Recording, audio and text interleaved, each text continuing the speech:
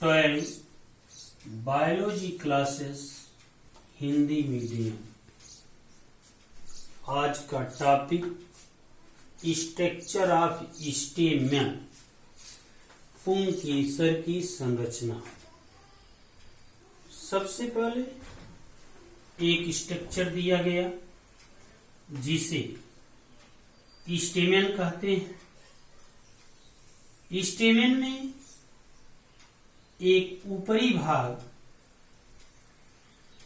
गोल संरचनाएं, लॉन्गिट्यूडिनल संरचनाएं पाई जाती हैं, जिनमें एंथर होता है जिसे परागकोश कहते हैं।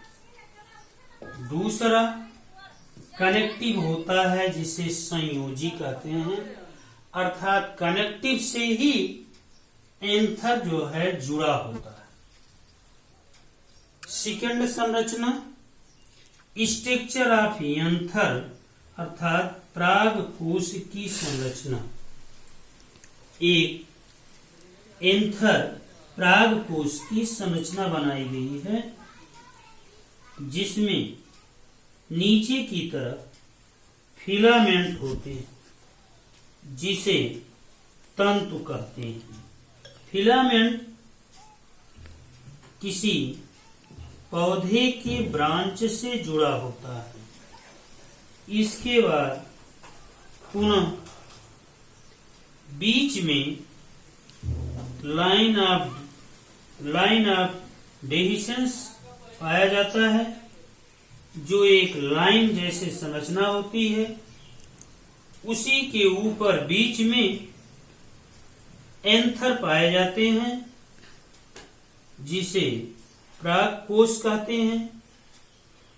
ये 2 पालियों में बटे होते हैं जिसके अंदर पोलन ग्रेन पराग कण भरा होता है। मैच्योर होने पर यह डेहिसेंस के द्वारा फट जाते हैं, अर्थात एंथर परागकोश में से पोलन ग्रेन निकलकर बाहर आ जाता है। इस प्रकार से एक परागकोश की संरचना होती है। इसके बाद डिफरेंट पार्ट ऑफ फ्लावर्स, पुष्पों के विभिन्न प्रकार के पार्ट होते हैं, अर्थात फूलों के पार्ट होते हैं, भाग होते हैं। जैसे नंबर 1 पुष्प पर्णवृंत, जिसे इंग्लिश में पेडिसेल कहते हैं। पुष्प का डंठल जिससे वह तने व शाखा से जुड़ा होता है पेडिसेल कहलाता है। तने व शाखा से जुड़ा होता है उसे क्या कहते हैं? पेडिसेल कहते हैं। ये पुष्प का पहला भाग होता है। दूसरा भाग पुष्प का, जिसे हम पुष्पासन तथा इंग्लिश में थाइलेमस कहते हैं। ये थाइलेमस पुष्प वृंत का अग्रस्त भाग अर्थात शीर्ष भाग थोड़ा चौड़ा होता है, फूला होता है, जिसे हम थाइलेमस कहते हैं। पुष्प का तीसरा पार्ट अर्थात पुष्प का तीसरा भाग बाह्यदल पुंज होता है, जिसे इंग्लिश में कैलक्स और सेपल्स कहते हैं। यह सबसे बाहरी भाग पुष्पासन का होता है, जिसे कैलक्स कहते हैं। चौथा दल पुंज, जिसे हम करोला अर्थात इंग्लिश में पेटल्स कहते हैं। यह पुष्प का रंगीन भाग होता है।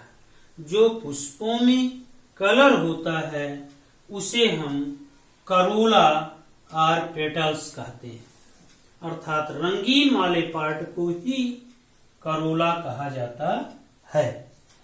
इसी रंगीन होने के कारण डिफरेंट टाइप्स ऑफ इंसेक्ट पुष्प पर आकर बैठते हैं और पर परागण की क्रिया करते हैं। पांचवा, पुष्प का परिदल पुंज होता है जिसे एपिकैलेक्स कहते हैं। एपिकैलेक्स बाह्य दल पुंज में अंतर स्पष्ट नहीं कर पाता है, जिसे हम एपिकैलेक्स कहते हैं।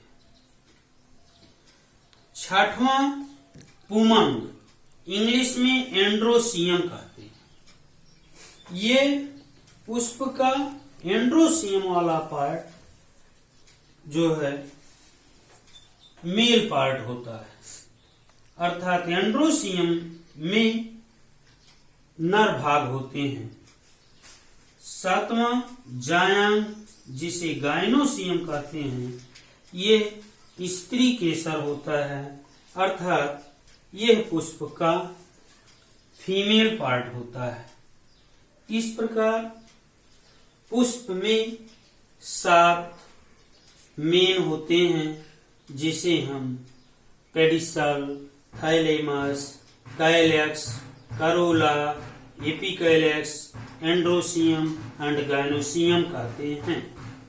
इसी प्रकार एक आवृत बीजी पौधे के पुष्पों में स्टेमेन अर्थात पुंकेसर इक्वल माइक्रो स्पोरोफिल, जिसे नर जननांग कहते हैं, मेल रिप्रोडक्टिव ऑर्गन्स कहते हैं। प्रत्येक स्टेमेन के 3 भागों द्वारा निर्मित होते हैं, अर्थात प्रत्येक स्टेमेन 3 भागों में बंटा होता है, जिसे फर्स्ट भाग बीजाणु युक्त भाग जिसे यंथर कहते हैं, सेकेंड भाग फिलामेंट होता है और तीसरा कनेक्टिव होता है।